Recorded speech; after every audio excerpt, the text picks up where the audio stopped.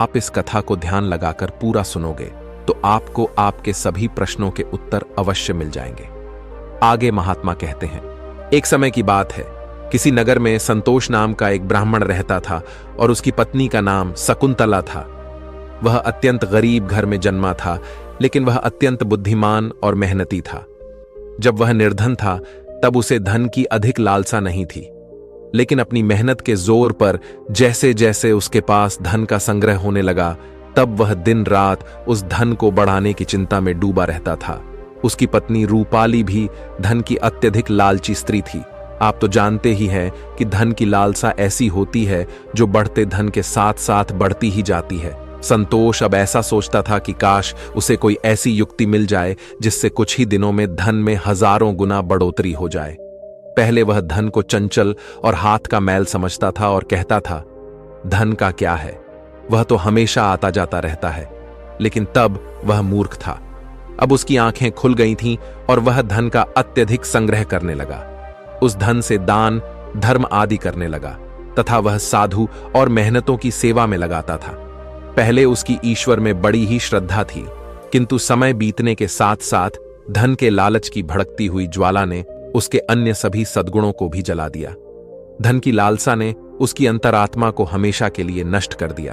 पहले जब भी संतोष के द्वार पर कोई साधु महात्मा आते तो उसका मुख फूलों की तरह खिल उठता था, परंतु अब आदर सत्कार के समय मुख पर निराशा और मायूसी ही रहती थी। एक बार की बात है, संध्या का समय था। संतोष के द्वार पर एक साधु आकर रुके और बोले, हे पुत्र, मैं एक यात्री हूं और आगे हरिद्वार को जाना है। आज की रात बिताने के लिए साधु को स्थान मिल जाए तो अच्छा होगा। मैं बड़ी ही आशा से आपके द्वार पर आया हूं। उस साधु का मुख संतोष की मूर्ति था, आंखों में अमृत और मुंह में शहद सी मिठास, जिस कारण से संतोष का हृदय भक्ति भाव से भर गया। वह उन्हें प्रणाम करते हुए बोला, जरूर महात्मा जी, आपकी सेवा करना तो मेरा परम धर्म है।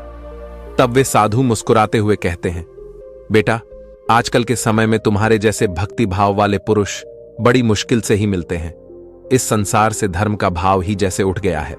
इस प्रकार से साधु के मुख से अपनी प्रशंसा सुनकर संतोष का हृदय खिल उठा। उसको ऐसा प्रतीत हुआ मानो उसे स्वर्ग में ही स्थान मिल गया हो। उसके होठों पर शब्द आ ही गए थे, लेकिन उन्हें दबा दिया और उनसे कहा, महाराज, अगर हम आप जैसे संतों की सेवा नहीं करेंगे तो इस मानव जीवन का क्या लाभ। ऐसा कहते हुए संतोष उन महात्मा को अपने घर के अंदर ले गया। जब उन्होंने घर में प्रवेश किया तब संतोष ने उनके स्वागत सत्कार में कोई कमी नहीं छोड़ी। खाने के लिए स्वादिष्ट भोजन बनवाया, नाना प्रकार की मिठाई बनवाई। उसके बाद दाल और सब्जियों में इतना घी डाला जैसे नदी की धारा में जल बहता है। भले ही संतोष उन महात्मा को इतने पौष्टिक आहार देने के पक्ष में नहीं था, लेकिन महात्मा की बातों में कुछ ऐसी शक्तियां थीं कि उसके वर्षों पुराने विचार चंद पलों में बदल गए, जैसे सूखी धरती पर एक दिन की बारिश से हरियाली छा जाती है। इस भक्ति भाव से महात्मा का दिल खुश हो गया। रात भर बातें होती रहीं, ज्ञान और भक्ति की चर्चाएं चलती रहीं। अंत में संतोष ने पूछा कि महात्मा जी, आप साधु कैसे बने? साधु ने हंसकर उत्तर दिया, बेटा, बुढ़ापा आ गया है, अब क्या सारी उम्र गृहस्थी में ही फंसा रहूंगा। कुछ हरिभजन भी तो करना चाहिए। ईश्वर कृपा से बहुत धन कमाया है। मेरे 3 पुत्र हैं और एक कन्या भी है। अब सारी धन दौलत उन्हें बांट दी है और अब तीर्थ यात्रा को जा रहा हूं। फिर कुछ समय के पश्चात संतोष ने साधु की तरफ देखा और पूछा, तो क्या आपने अपना सब कुछ बच्चों को दे दिया या अपने पास भी कुछ रखा है? तभी साधु ने उत्तर दिया, बेटा, मेरे हाथ में जो यह लाठी देख रहे हो, यह अंदर से खोखली है। इसमें मैंने 400 स्वर्ण मुद्राएं डाल रखी हैं। यात्रा में कभी कभी धन की आवश्यकता भी पड़ जाती है।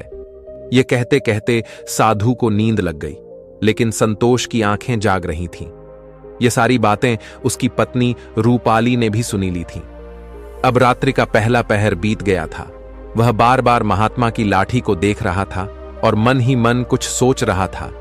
अब उसके अंदर लोभ लालच की माया का संचार हुआ, किंतु उसकी अंतर आत्मा इस घृणित कार्य को करने से रोक रही थी। लेकिन वही मन की दुरात्मा स्वर्ण मुद्राएं पाने की जिद पर अड़ गई। कुछ समय तक इस संघर्ष में ही उसके मन का बुरा हाल हो चुका था कि तभी उसकी पत्नी उसके पास आकर बैठ जाती है और कहती हैं, स्वामी, आप किस गहरी चिंता में डूबे हैं? क्या आप भी वही कुटिल मंशा से सोच रहे हैं जो मैं सोच रही हूं?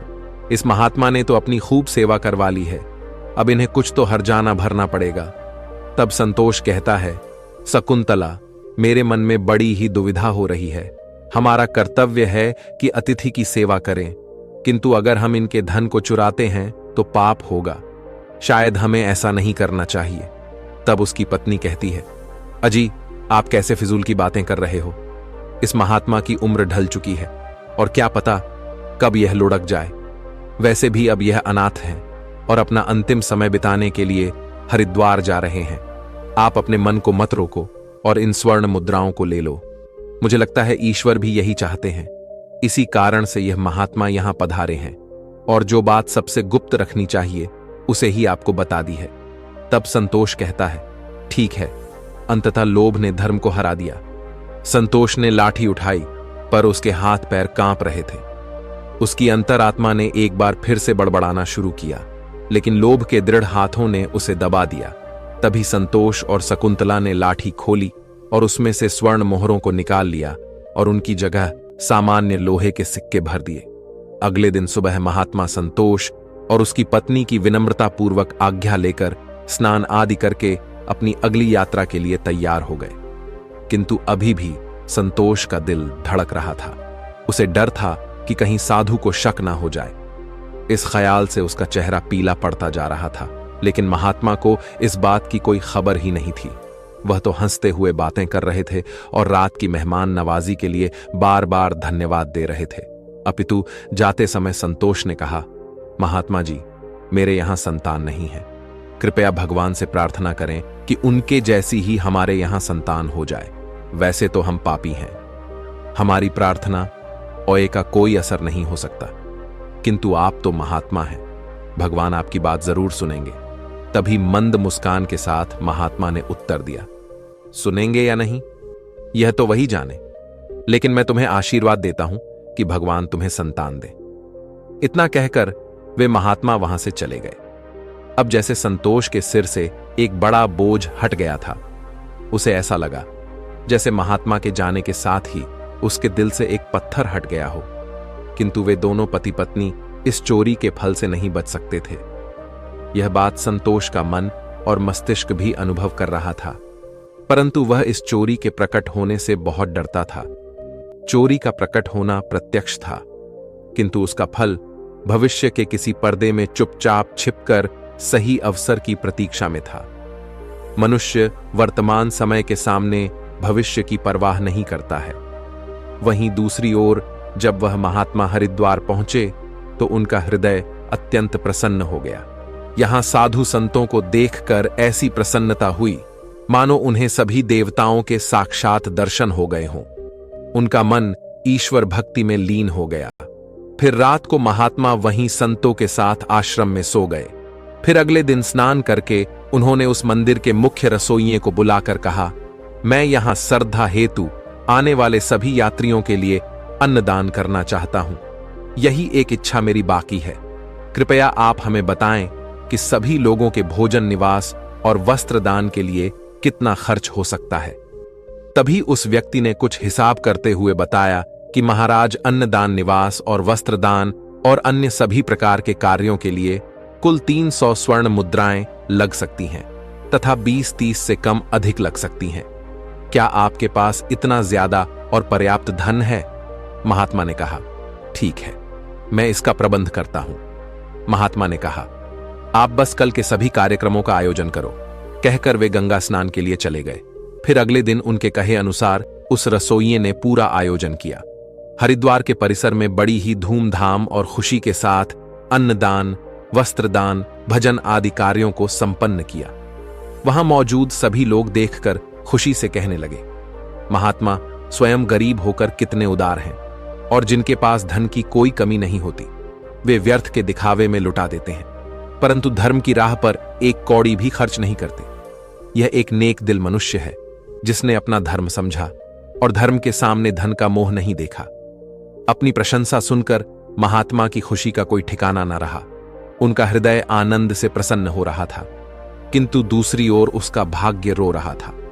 जब संध्या हुई, महात्मा ने अपने कमरे का दरवाजा बंद किया और लाठी को खोलकर देखा तो लाठी के अंदर लोहे के सिक्कों को देखकर उसका हृदय कांप गया। उसे ऐसा प्रतीत हुआ मानो वह कोई भयानक स्वप्न देख रहे हों। उसे अपनी आंखों पर यकीन नहीं हो रहा था। वह चाहते थे कि यह स्वप्न जल्द से जल्द टूट जाए, पर यह कोई ऐसा स्वप्न नहीं था जिससे नींद खुल जाए।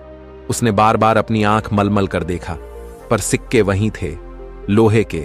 अब उस महात्मा को थोड़ी ही देर में रसोइये को हिसाब करके उनका धन लौटाना था। उसने सोचा, अब क्या होगा। अपमान की छवि उसकी आंखों के सामने खींच गई। वह कहने लगा, हे प्रभु, आप मुझे क्षमा करें। महात्मा कांपते हुए खड़े हो गए। उन्हें अपमान का ख्याल अपमान से भी ज्यादा डरावना लग रहा था। अब उनमें इसे सहन करने की शक्ति नहीं थी। वे कुछ देर तक सोते रहे और उन्होंने अचानक से दरवाजा बंद कर लिया और साथ ही उम्मीदों के द्वार भी बंद हो गए। महात्मा ने चारपाई की रस्सियों को निकाला और उन्हें छत से लटका दिया। अब मौत दरवाजे पर खड़ी थी कि तभी महात्मा की अंतरात्मा ने उपदेश दिया। दिमाग ने भी सलाह दी कि यह तुम क्या कर रहे हो, आत्महत्या सबसे बड़ा निंदनीय कर्म है, ऐसा मत करो। पर निराशा ने हर तरफ से हरा कर रख दिया। महात्मा का चेहरा मृत व्यक्ति की तरह सफेद पड़ गया था। तब उसने चारपाई पर खड़े होकर अपनी गर्दन में फंदा डाला और कांपते हुए पैरों से चारपाई को ठोकर मार दी। वह महात्मा फांसी पर झूल गए और उसकी मौत हो गई। जहां सुबह बहुत सुखपूर्वक और शांत थी, लेकिन किसे पता था कि शाम इतनी दुखद होगी। कुछ ही समय बाद यह घटना का चारों ओर फैल गई। यह सब देखकर उस रसोइये ने ही महात्मा का अंतिम संस्कार किया और फिर से भगवान का नाम लेकर अपने काम में लग गया। वो महात्मा तो मर गए, लेकिन उनका आशीर्वाद अभी भी जीवित था। 1 साल के भीतर ही वह चोर ब्राह्मण संतोष के घर में एक पुत्र का जन्म हुआ। इस अवसर पर संतोष ऐसे प्रसन्न था मानो सारे संसार का धन उसे मिल गया हो। अब तो अंधेरे घर में प्रकाश छा गया था। उसके पैर धरती पर ना पड़ते थे। उसने बालक का नामकरण संस्कार बड़ी ही धूमधाम से किया। इस उत्सव के अवसर पर एक नगर भोज दिया गया। उस दिन संतोष ने अपनी सारी जिंदगी की कंजूसी निकाल दी और धन को पानी की तरह बहाया और बालक का नाम संकेत रखा गया। संकेत बहुत ही सुशील और भगवान का उपासक बालक था। उसकी तीक्ष्ण बुद्धि देखकर आश्चर्य होता था। लोग कहते थे कि यह कुल का नाम बढ़ाएगा। संतोष यह सुनकर फूला न समा आता था। इसी प्रकार 5 वर्ष बीत गए। संकेत शिक्षा ग्रहण करने हेतु आश्रम में गया। वहां भी उसके गुणों का विकास होने लगा। वह हमेशा अपनी कक्षा में प्रथम आया करता था। संतोष यह देखकर ईश्वर को धन्यवाद करता था, लेकिन कभी कभी जब उसे उस महात्मा के साथ अपने दुर्व्यवहार की याद आती तो उसके दिल में चुभन होती और उसकी आत्मा पर एक अनजाना सा डर छा जाता था। उसे बार बार अपने ऊपर गुस्सा आता था। वह अक्सर मन ही मन दुखी होते रहता और मन ही मन कहता कि मेरी बुद्धि कैसी खोटी थी, मैंने ऐसी मूर्खता क्यों की। लेकिन बीता हुआ समय उसके हाथ में नहीं आ सकता था। उसने स्वर्ण की 400 मोहरों को एक लाल वस्त्र में बांधकर संदूक में रख दिया और यह निश्चय किया कि वह उस महात्मा को वापस दे देगा। फिर उसने महात्मा की खोज शुरू कर दी। कई लोगों को भेजा, लेकिन वह उस महात्मा तक नहीं पहुंच सका। इतना समय बीत गया कि अब संतोष उस घटना को भूल गया, परंतु स्वर्ण मुद्राएं अभी भी एक लाल वस्त्र में लिपटी हुई उसी संदूक में पड़ी थी। समय गुजरता गया और संकेत अब 21 वर्ष का हो गया था। साथ ही उसे एक बीमारी ने जकड़ रखा था और संकेत के इलाज में काफी धन का खर्च हो रहा था। फिर एक दिन अचानक संतोष अपनी पत्नी शकुंतला और बेटे संकेत के साथ हरिद्वार के लिए निकल पड़ा। वहां पहुंचकर वे एक आश्रम में ठहरे। वहां संतोष को पता चला कि उनके बेटे संकेत का व्यवहार साधुओं जैसा हो रहा है। उसके अंदर वैराग्य आ रहा है। वह दिन रात साधुओं के डेरे में समय बिताता और जब भी किसी दीन दुखी या गरीब को देखता तो उसकी मदद करता था। इसे देखकर संतोष बहुत परेशान होता था, पर वह कुछ कर नहीं पाता था। संकेत उसकी इकलौती संतान थी। उसका मुख देखकर संतोष का क्रोध शांत हो जाता था। वह बहुत सोचता था, परंतु संकेत के इस स्वभाव का कारण उसे समझ में नहीं आता था। फिर दूसरे दिन संध्या के समय संतोष भजन कर अपने आश्रम की तरफ लौट रहा था कि रास्ते में एक बूढ़ा आदमी उसे रोता हुआ मिला। तब संकेत ने आश्चर्य से पूछा, भाई रोते क्यों हो? तब वह बूढ़ा आदमी कहने लगा, बेटा क्या कहूं कहते हुए लज्जा आती है। अगर तुम जानना ही चाहते हो तो सुनो, मैं गंगा जी में डूबकर अपना जीवन समाप्त करने जा रहा हूं, क्योंकि मुझे व्यापार में घाटा हुआ है और मेरे सिर पर बहुत सारा कर्ज है, संकेत कहता है। पर यह तो छोटी सी बात है। उस बूढ़े व्यक्ति ने अजीबोगरीब नजरों से संकेत की ओर देखते हुए कहा, मुझे अपना कर्ज चुकाना है, नहीं तो मेरे पास आत्महत्या करने के अलावा कोई विकल्प ही नहीं है। तब संकेत कुछ देर तक चुप रहा। यह मौन उस दुर्भाग्यशाली बूढ़े व्यक्ति के लिए एक उम्मीद बन रहा था। उसके आंसू थम गए और फिर संकेत ने पूछा कि महाराज, आपको कितने धन की आवश्यकता है? कृपया आप हमें बताएं दोस्तों। जब इंसान निराश हताश होता है तब उसे हर कदम पर उम्मीद नजर आती है। उस बूढ़े व्यक्ति ने हिसाब लगाकर जवाब दिया और कहा कि मेरे सिर पर लगभग 400 स्वर्ण मुद्राओं का कर्ज है। संकेत फिर से कुछ देर के लिए चुप रहा। फिर उसने कहा, महाराज, आप चिंता मत करो, आप बस इसी गंगा के तट पर मेरी प्रतीक्षा करो। मैं बस अभी वापस आता हूं। आपके लिए मैं कहीं से धन का संग्रह करके लाता हूं। तब बूढ़े आदमी ने कहा, बेटा, यहीं पास में ही मेरी एक धर्मशाला है, तुम वहीं आ जाओ। उसी समय संकेत भागते हुए वापस आश्रम में आ पहुंचा। उस समय उसके हृदय में